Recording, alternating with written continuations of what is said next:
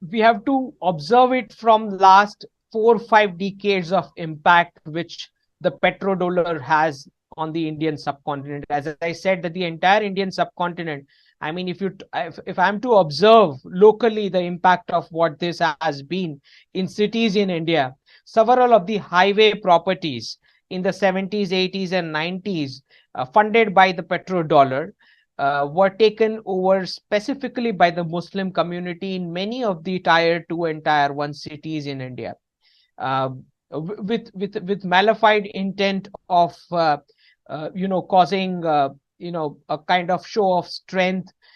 If there are incidents of riots and etc. kind of stuff by especially highway properties.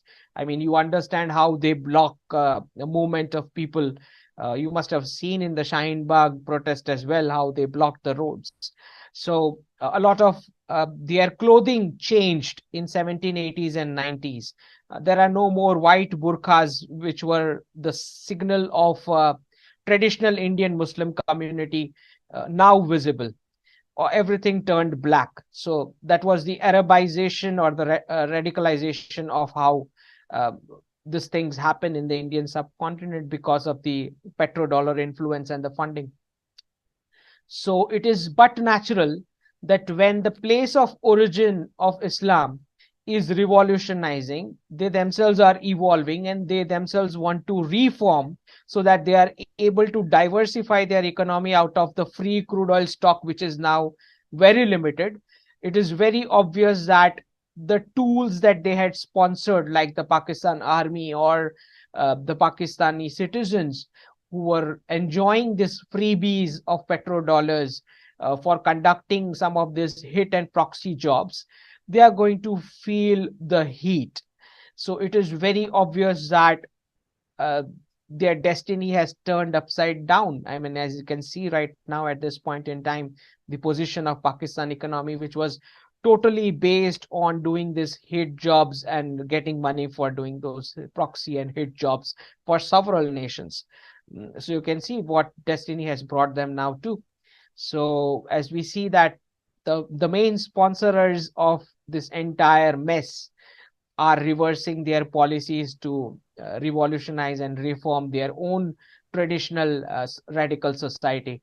So it's going to be a lot of pain for the previous beneficiaries of this entire mess. I mean, there are messages being sent by Saudi Arabia and UAE already that this business of constantly getting free funds and free cash from us is not going to move longer, and you will need to reform your society.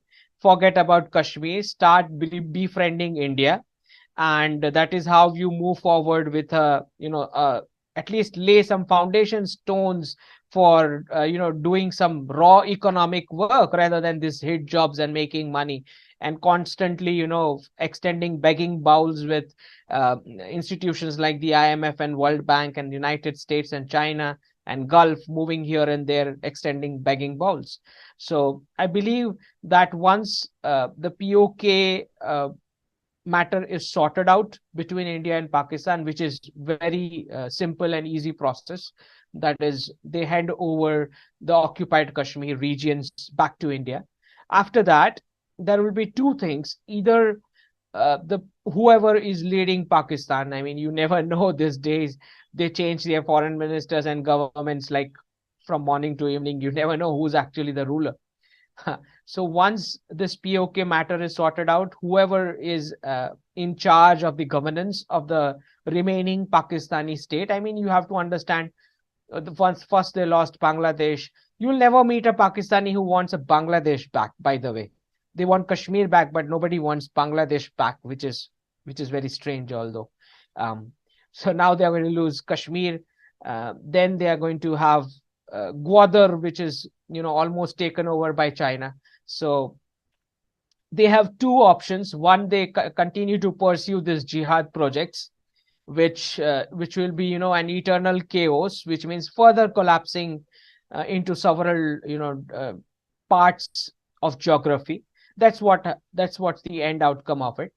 Or the second path is that they completely surrender to the Indian government, in the sense that they go back to the fair economics and fair trade, open up trade with India, because there's no other option to flourish other than attaching back to the bigger brother, that is India, in the region. Otherwise, there's no way you can make money in the region, because on the other side you have Afghanistan, and this side you have Iran, and then there is an ocean to jump inside and drown yourself. So the only option is that they take the fair path, surrender, and take influences of whatever policies Delhi asks them to, and move forward their economy. Especially, they need huge amount of investments, specifically in the education sector, because that is where these jihadis are born. So, a lot of these radical schools, they have to completely flip the curriculum of those schools from religious to something which is, contemporary in the world right now. So I think Pakistan actually needs money for that, rather than eating away money by extending begging bowls from big nations and carrying out their hate jobs, which will no more be possible anyways.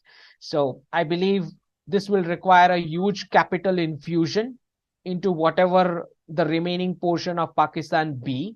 And if it wants some kind of stability and raw economics, then India and the Delhi government influence, living under that umbrella, is the only way forward, feasible way forward. I don't think any other country is going to sponsor this kind of education reform or stability causing trade benefits to Pakistan in the region. So we are seeing a reversal of radicalization, which was sponsored in the last 30-40 years with the petrodollars in the Indian subcontinent, and which is why you will see Gulf is also now opening up to a lot of de-radicalization efforts. The Gulf region has seen the American method of de-radicalization, which is very violent. They have seen the Russian method of taking people to task, radicals to task in the Middle East region. That is also very violent. And they've also seen the Chinese method of de-radicalization, which we see in Xinjiang and those regions where, organs are being traded and whatnot. So the clamping down on the Muslims in the Xinjiang region and elsewhere. And communist ideology anyways does not tolerate any kind of a religious faith or practices. So the Gulf is observing and has been observing through these decades that all three methods of de-radicalization are very abrupt and very hazardous, which is why they selected India, and which is why you see temples, yoga, and Ayurveda, a kind of soft power colonization, soft power flexing of muscles of the Indian subcontinent that you can see now very, very visible in the Gulf region. So you find, Saudi Arabia with MBS opening up further and further.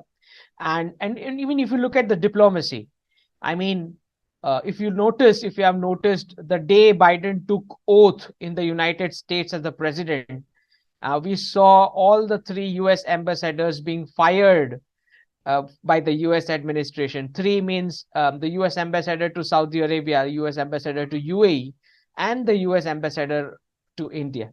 All 3 were fired on a single date. So it somehow looks like, some of the elements of the US deep state are not comfortable with this kind of a strong alliance the Gulf is moving forward with the Indian subcontinent. And it sees that a lot of lots of the Western companies are being bought. A lot of tech collaboration with the Western companies is happening from the wealth of Saudi, UAE, and the Indian government.